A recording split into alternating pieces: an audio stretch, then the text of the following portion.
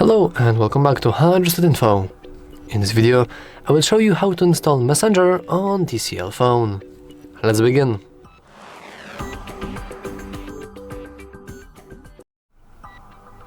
And we can begin with simply going into our Play Store, heading into search, then clicking search bar at the top and simply typing in Messenger.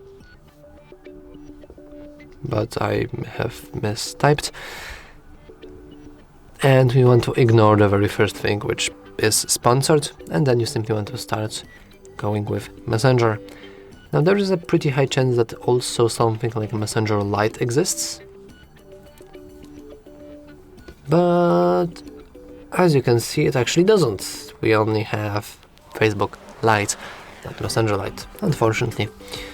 Though it's weird, I guess they had to remove it. I do remember using the Lite version actually. Anyway, after the Messenger is downloaded, you can open it, log in, and you can now freely message and probably call other people.